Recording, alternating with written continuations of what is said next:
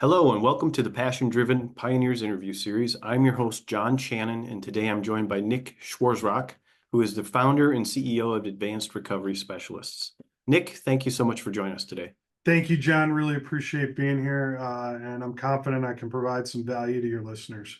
Great, and thank you for that. So, why don't you start us off just with a little background as to who you are, what you do, and then the business that you're in. Sure, absolutely. First and foremost, I'm a husband and a father. I've got a 1-year-old at home, and very happy and proud to be a father. I'm a serial entrepreneur. I've spent most of my career and time and entrepreneurial focus on medical device, medtech, telehealth. I've got about 20 years, more than 20 years experience. I've been extremely fortunate in my career where I think I've had more than my fair share of wins, and I've met and worked with some amazing people along the way. I've got over $2.4 billion worth of mergers, acquisitions, and layered integrations under my belt. And I really had a passion for medical device and technology, and grew up in a house with a registered nurse as a mother and a father who went to medical school and then chose not to practice as a physician and got into the medical device and pharmaceutical arena. Currently, I'm the CEO and founder of Advanced Recovery Specialists. We create medical devices, and we have remote monitoring and telehealth. We really focus on two things: revolutionizing current devices that are out there that we think are good but could be great, to steal from Jim Collins. Secondly, we do some, or I guess, evolutionary and then revolutionary. So we do some revolutionary work where we create new devices and bring them to market, and then we evolve current devices that are on the market that are good, but we think they could be great. That's great. Well, thank you for that. Now, you mentioned you're a serial entrepreneur. Have you always been an entrepreneur, or did you start out a career in a different area? Good question. So I started out like a lot of people I think do. I started my career at a company called Zimmer that was a multi-billion-dollar orthopedic company at the time. Now they're the largest orthopedic company in the world. I spent several years there, sort of working in a very big company, learning how business is done by Fortune 500. Had some great mentors there that taught me some valuable skills. And then I ended up moving out on my own and becoming an independent sales rep in medical device, in spine, and in sports medicine. And, was the 1099, carrying my own bag. And that sort of got me into the world of entrepreneurialism. Started building and branching off on that and built my own companies that, I went on to sell and kind of keep doing it. And I've always got at least one or two that I'm working on, and a couple that are in the hopper that I'm sort of working on, thinking about writing in notebooks, kind of planning for next steps. Was there a specific spark that kind of led you to all of a sudden say, I'm not working for somebody else, I'm going to build my own businesses? I always sort of felt like I was a square peg in a round hole when I was working at the big Fortune 500s. I was always kind of a go-getter, get things done, make things happen, accomplishment. I've kind of got three principles that I've always led my career by and I run my companies by, which is dedication to excellence and a commitment to accountability and urgency. I found that, the thing that they say at any company is, some small percentage of the people do 90% of the work. And I think I was always one of those 90 percenters who was, doing most of the work, and it just never really fit for me. And where it really clicked for me was when I was working at Zimmer, the division I was working for wasn't performing as well as the larger company. And we did some acquisitions, and then we went through a couple series of layoffs. And I was young in my career, and I was one of the first five in the building every day, and usually the last to leave. And I was eager for promotion, and I kept kind of getting the same message that we'll get around to you, you'll get a promotion, but right now you should be happy that you have a job. And after hearing that for long enough, for almost 2 years, I decided, you know what, this just doesn't work for me anymore. I'm going to, strike out. And I actually put in my resignation, and they talked me into staying for another 6 months and promised me a promotion. It didn't come. And I ended up kind of packing my bags and leaving the second time for real. And it was honestly the best thing that I ever did. It was scary. Year one, I think I still made more than I did when I was working for the big company, but it was all, variable comps. So I was guaranteed nothing. I had to figure out the whole health insurance thing, which now is easier because of the ACA. But at the time, had to find a broker and figure out a policy. And I was on a catastrophic plan, which ironically has a lower deductible than what the platinum rated or top rated ones do now. But it was a little scary, but it was the best thing I ever did. I grew professionally, personally so much. And what I would tell anybody who's thinking about doing it, do it early. I wasn't married, I didn't have kids, so it made it easier, but get the support of your partner, sooner rather than later. It's easier to do when you got less recurring bills on your shoulders. You can do more than you think you can do. Everyone can. And so I encourage anybody who's interested in going out on their own, do it and do it sooner. That's really good. You've done this several times now. Started up a business, got it up and going, and then moved on to the next entrepreneurial venture. What are some of the common misconceptions about running a business that are out there? And then what are some of the things that you can do to address those? One of them that I always laugh about is this concept of overnight success. I will tell you that this is harder than anything that you will ever do, or at least that's been my experience. I've had a number of successes and a lot of success, but it is hard. And you work long hours. Starting early is important. One of my mentors taught me to, no matter what you have, make sure you're out of your house at 8 a.m.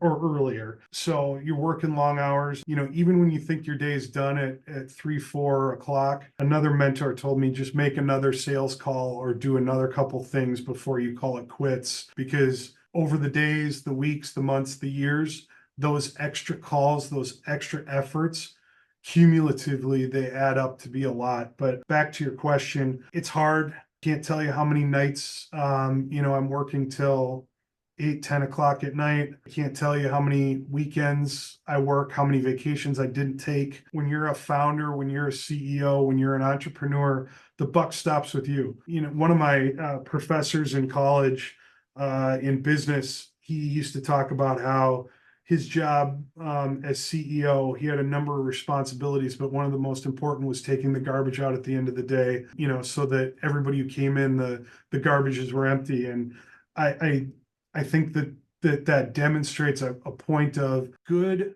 executives, good leaders, good entrepreneurs. There is no job that they're above. And, when for the organizations that I found and that I run and manage, one of my primary, I usually have three tasks. One is alignment to those core values. 2 is the revenue line. And then 3 is I'm a problem solver. So everyone in the organization brings me their problems, and my job is to solve them so that they can go back to their jobs and they can do what they're supposed to do. It's not glamorous, and it's hard, and it takes time. And one of the things that is exciting about entrepreneurial work is change. And if you can't embrace change, I think it's tough to be successful. The other thing that I would tell people that I think is unfortunate in the mindset of I think people in the United States and maybe more universally across the globe, embrace failure. I love Elon Musk's quote about if you're not failing, you're not innovating enough. You got to be comfortable with failure. I fail all the time, and you learn really good lessons from failures. And the only time that it's a waste is if you fail the same way twice. Mhm. And to me, change and failure and success, they're all linked in a triangle. And so if you want to succeed, you've got to fail. And if you want to succeed, you got to change. If you can adopt those things, you will be successful. Don't be afraid of failure. It's not an ugly word. It's not paint that you can't wash off. Failure is part of winning. That's really good. Maybe let's talk a little bit about you mentioned change and embracing change, right? What are some of the things that you guys are doing to stay adaptable and open to that change? And any kind of specific strategies that you employ to remain innovative? Yeah, great question. This is one of my passions that I love to speak about. The key is innovation as a mindset for me. And it's not something that just happens inside product development. To me, it's something that happens everywhere inside your business. So for us, every process, every department, every strategy, everything is driven off of change. The way we address the marketplace, the way we address our patients, the way we compensate and contract with our sales reps, all of this stuff, the way that we run our ERP and our IT systems. Everything that we do is customized, built for change. And really, one of the things I love about Jim Collins, for those that don't recognize the name, he wrote a book called Good to Great. One of the things I love most about that book is just this concept of good is the enemy of great, right? And that people don't get to great because they stop at good. In the organizations that I found and that I'm a part of, change is constant. It's this innovation as a mindset. And we don't do that. It was invented here, so don't call our baby ugly. I'm always pushing everybody in our organization. How can we do this better? How do we get to great? How do we get to excellence? And one of the concepts that I found is even if you get to great, if you don't keep iterating and keep moving, you aren't going to stay great. And I'm a big fan of the Harvard Business Studies and those types of things. And one of them, I don't know if Harvard published it or not, but there's a old story about when America was a colony of Britain, and Britain had the metal cotton gins, and as a matter of law, the United States had cotton gins that were only made out of wood, and the design was for Britain was so that America would be less competitive for Britain in cotton production and or in cotton refinement. And what it ended up with is that the Americans, these wooden parts would wear out faster than the metal parts. So they were constantly saying, okay, this one broke. How could we make it better? And they were innovating at a faster rate than Britain was with the metal. And we actually ended up having better cotton gins. And when we broke off from Britain and started making them out of metal, generations ahead, because we had been doing this iterative process over and over and over again. That's my approach to business and innovation. That's kind of my answer for you on that subject. That's a good story. I hadn't heard that and didn't know that about the early United States and the limitations that they had in that industry. That's cool. That's somebody else's story that I'm stealing. I just don't know whose it is, but obviously I wasn't around back then, but I think it's a great metaphor for innovation. It is. Knowing that this show, right, is targeted towards people who are going to be either starting up a business or in their first few years of business, do you have any final thoughts or words of advice you'd like to share with our audience today? Yeah, I think a couple of things, and I apologize if this goes a little longer than you intend. One is this getting up early. Get out of your house before 8. Make sure that you're starting early, and then make those couple extra calls, a couple extra work. Don't cut out at 3 or 4 o'clock, work till 5 or 6, and do those couple every extra things. They compound. And everything with an entrepreneur is about this motion and building the motion and kind of keeping the momentum going and building on it. And one of the things I'll tell entrepreneurs is there's this magic that happens when you're kind of like 5 years in, where this momentum that you've been building every day, every month, every year, it really just sort of gets a life of its own. And it's amazing how much success people have in that 3 to 5 years range after they've gotten everything established. And I really attribute that to that momentum. And then a couple of other things, core values. I think it's important to have core values.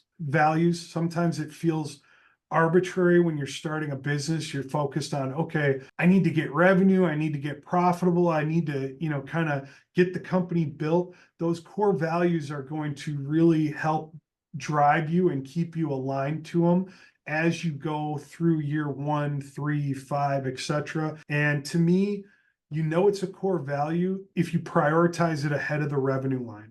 And then lastly, involved in a lot of, I love to coach and mentor small business entrepreneurs, especially people who haven't done it before and they're scared and they're like, okay, I feel like what I don't know is more than what I know. And I try to encourage them to take that leap and take that step. And one of them is around financial management. Don't get lost in these balance sheet, profit and loss, cash flow statement. I'm a big proponent of anytime you're below $25 million in annualized revenue, you can manage your financials simplistically day to day, week to week with a simple cash flow spreadsheet that shows, okay, here's my starting bank balance. Here's the money that I anticipate is going to come in. Here's the expenses that I know are going to go out. And here's what's left at the end of the week. And I build that out for about 4 months, week by week. And if you're bringing in cash, I can promise you you're profitable. So if you're building your balance, your account balances, you're profitable. And don't worry in the first year about trying to get to a point where you've got 3 months of cash in the bank. That'll come later. But if you just manage your cash in this simplistic manner, I will promise you that you will end up having more cash at the end of the week, month, year, and you'll also be profitable. And you kind of can separate yourself out quarterly, go through all the financials with whoever's helping you on the financial stuff. But day to day, week to week, if you manage it simply on a simple cash flow concept, I think you'll do better and you'll relieve some stress and you'll have a better idea of where your money's coming from and where it's going. That's really sage advice. So I appreciate you sharing that. So thank you so much for your time today, Nick. Appreciate it. Thank you for having me, and thank you to your audience. I hope I brought some valuable insights for you guys to take away.